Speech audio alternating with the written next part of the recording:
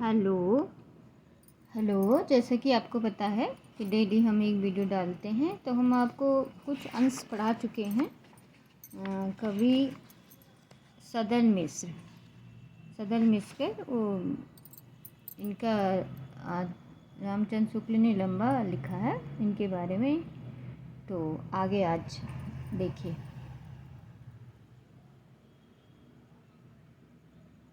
अस्सी और जान के भजन देसी ईसाइयों में बहुत प्रचलित हुए और अब तक गाए जाते हैं।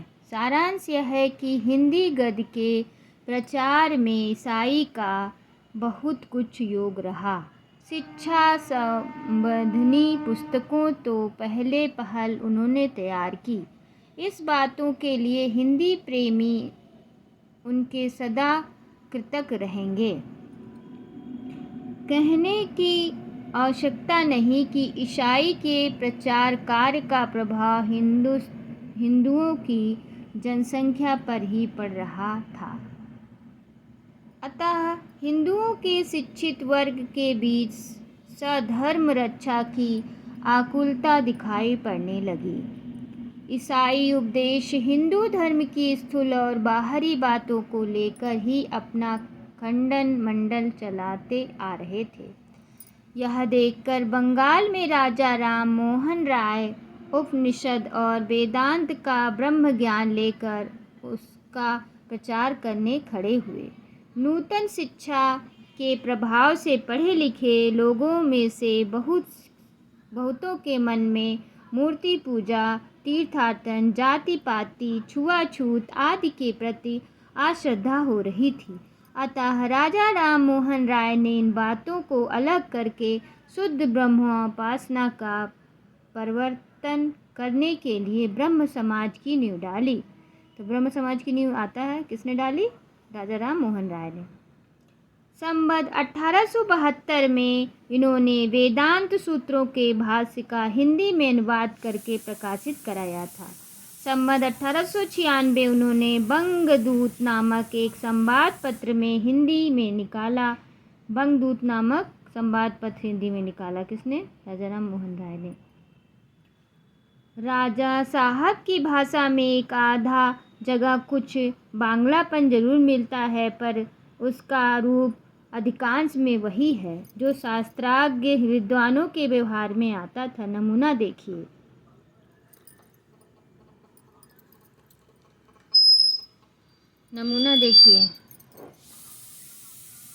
जो सब ब्राह्मण संग वेद अध्ययन नाही करत, सो सब बात्य हैं। यह प्रमाण करने की इच्छा करके ब्राह्मण धर्म पर आए श्री सुभाष ब्रह्म शास्त्री जी ने जो पत्र संवेदनात्मकहीन करके इस देश के ब्राह्मणों के समीप बैठाया है, उसमें देखा जो उन्होंने लिखा।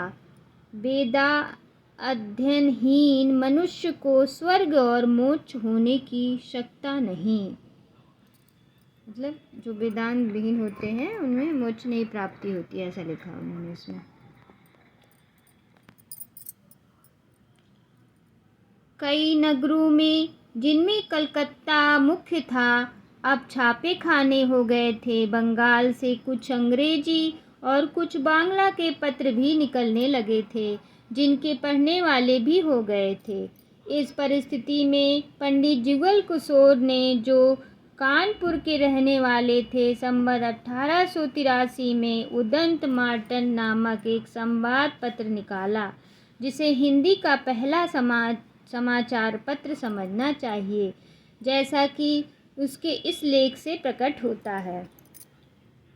यह उदंत मार्टन अब पहले पहल हिंदुस्तानियों के हित के हेतु जो आज तक किसी ने नहीं चलाया, पर अंग्रेजी और फारसी और बंगले में जो समाचार का कागज छपता है, उसका सुख उन बोलियों के जानने और पढ़ने वाले को ही होता है। इससे सत्य समाचार हिंदुस्तानी लोग देखकर आप पढ़ ओ समझ ले हो ओ पराई अपेक्षा ना करें, वो अपने भाषे की उपज ना छोड़ें। इसलिए श्रीमान गवर्नर श्रीमान गवर्नर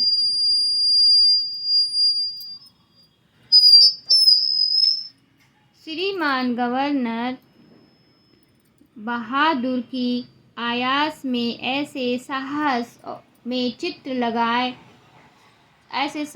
चित्र लगाए कि एक प्रकार से यह नया ठाट ठाटा जो कोई प्रशस्त लोग इस खबर के कागज के लेने की इच्छा करे तो अमड़ा तला की गली 37 अंक मार्टंड छापा घर में अपना नाम और ठिकाना भेजना ही से सतवारे के सतवारे यहाँ के रहने वाले घरों बाहिरों के रहने वाले डाक घर कागज पाया करेंगे।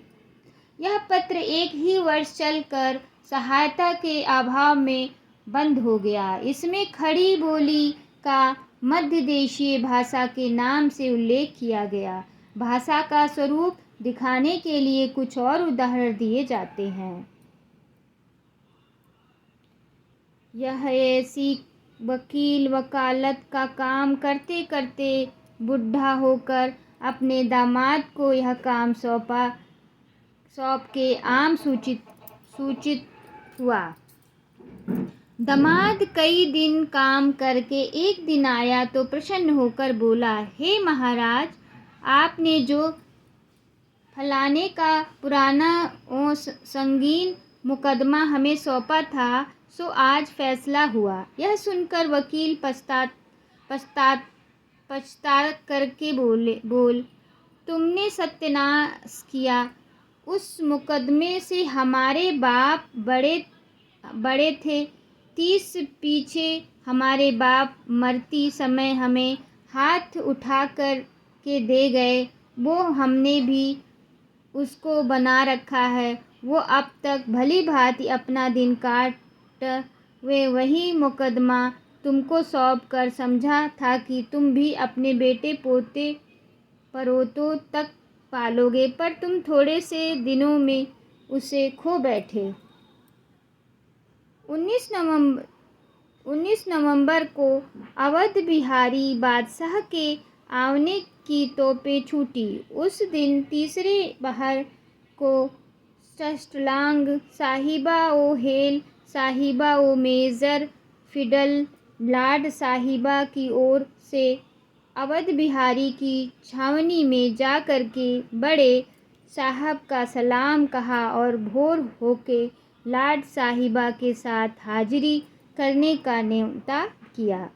फिर अवध बिहारी बादशाह के जाने के लिए कानपुर में गंगा के तले नावों की पुलबंदी हुई और बादशाह बड़े ठाठ से गंगा पार हो गवर्नर जनरल बहादुर के संदिग्ध गए। रीतिकाल के समाप्त होते होते अंग्रेजी राज देश में पूर्ण रूप से स्थापित हो गया। इस राजनीतिक घटना के साथ देशवासियों की शिक्षा भिक्षा में भी परिवर्तन हो चला। अंग्रेज सरकार ने अंग्रेजी शिक्षा के प्रचार की व्यवस्था की। संवत 1854 में ईस्ट इंडिया कंपनी डायरेक्टरों के पास अंग्रेजी की शिक्षा द्वारा भारतवासियों की शिक्षित बनाने का परामर्श भेजा गया, पर उस समय उस पर कुछ ना हुआ। पीछे राजा राम मोहन राय प्रभुर्दी कुछ शिक्षित और प्रभावशाली सज्जनों के उद्योगों से अंग्रेजी की पढ़ाई के लिए कलकत्ता में हिंदू कॉलेज की स्थापना हुई, जिसमें से लोग अंग्रेजी पढ़ कर निकलने और सरकारी नौकरी पाने लगे। देसी भाषा पढ़कर भी कोई शिक्षित हो सकता है, यह विचार उस समय तक लोगों को ना था। अंग्रेजों के सिवा यदि किसी भाषा पर ध्यान जाता था तो संस्कृत या अरबी पर। संस्कृत की पाठशाला और अरबी की मदरसा को कंपनी की सरकार ने थोड़ी बहुत सहायता मिलती आ रही थी, पर अंग्रेजी के शौक के सामने इन पुरानी संस्थाओं की ओर से लोग उदासीन होने लगे। इनको जो सहायता मिलती थी धीरे धीरे वह भी बंद हो गई।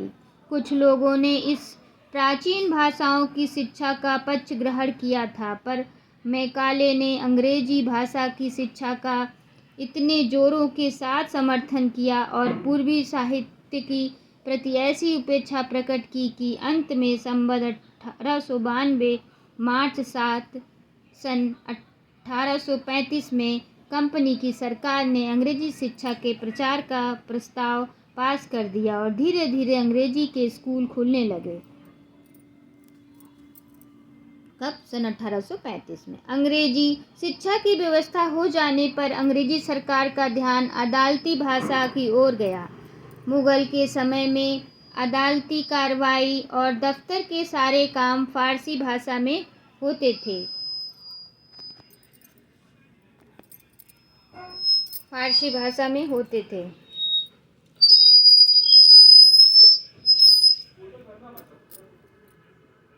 किस भाषा में होते थे? फारसी में।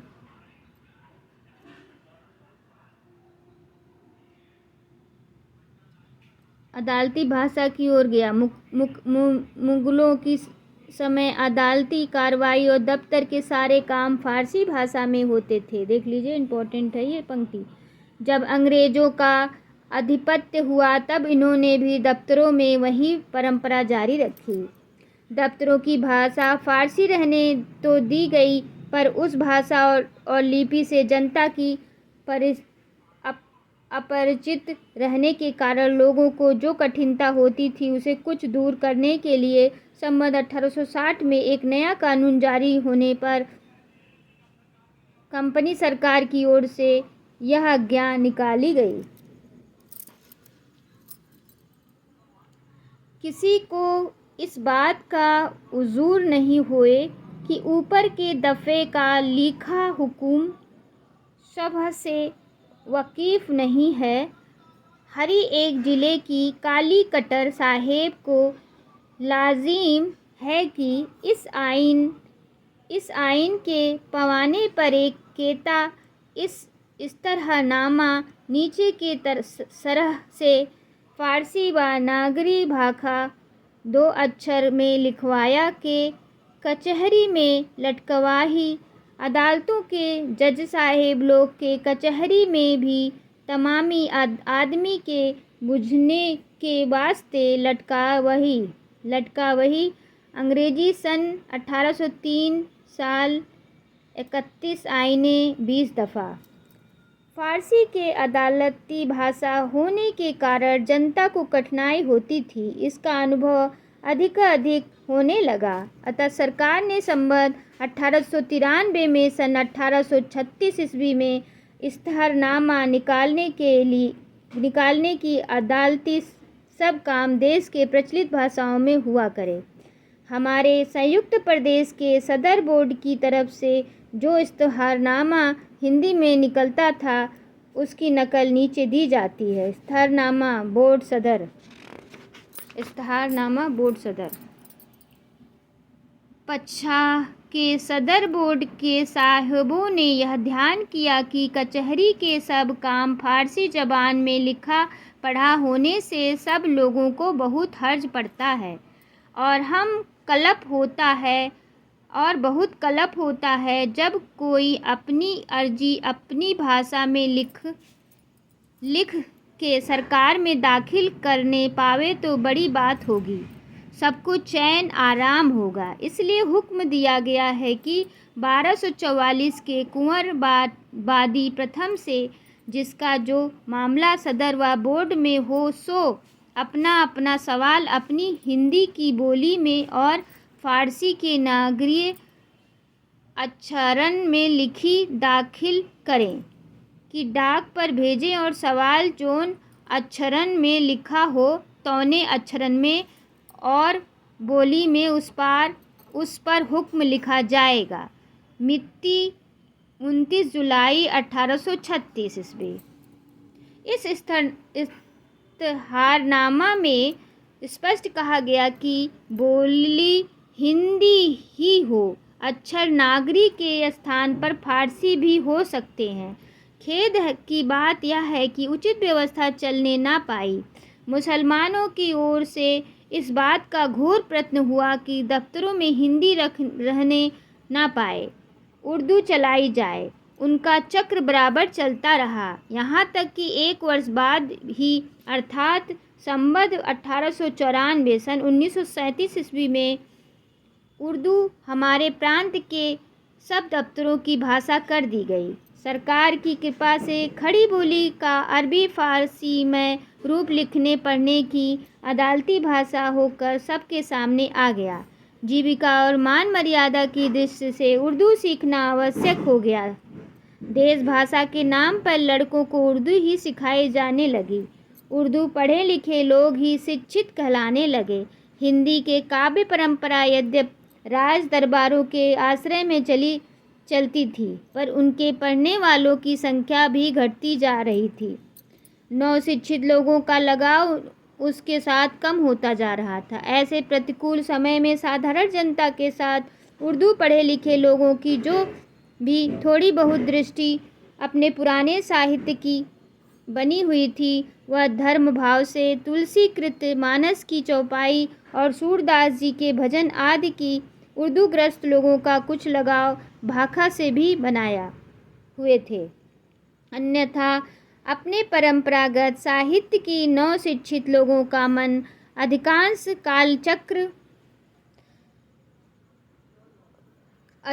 कालचक्र के प्रभाव से विमुख हो रहा था। श्रृंगार रस की भाषा, कवित्व अनुशीलन भी गाने बजाने आदि के शौक की तरह इधर उधर बना हुआ था। इस स्थिति में वर्णन करते हुए स्वर्गीय बाबू बाल मुकुंद गुप्त लिखते हैं, जो लोग नागरी अक्षर लिखते थे फारसी अक्षर सीखने पर विवश हुए और हिंदी भाषा हिंदी न रहकर उर्दू बन गई। हिंदी उस भाषा का नाम रहा जो टूटी फूटी चाल पर देवनागरी अक्षरों में लिखी जाती थी। संवत 1902 में यद्यपि राजा शिवप्रसाद शिक्षा विभाग में नहीं आए थे, पर विद्यावासिनी होने के कारण अपनी भाषा हिंदी की ओर उनका ध्यान था। अतः इधर दूसरी भाषाओं में समाचार पत्र निकालते देख उन्होंने उक्त संबंध में उद्योग करके काशी से बनारस अखबार निकलवाया। तो बनारस अखबार कहाँ निकला? काशी से। किसने निकलवाया?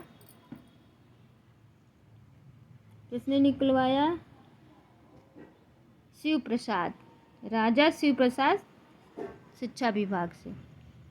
ठीक है, पर अखबार पढ़ने वाले पहल नव शिक्षित में मिल सकते थे, जिसके लिखने पढ़ने की भाषा उर्दू ही हो रही थी।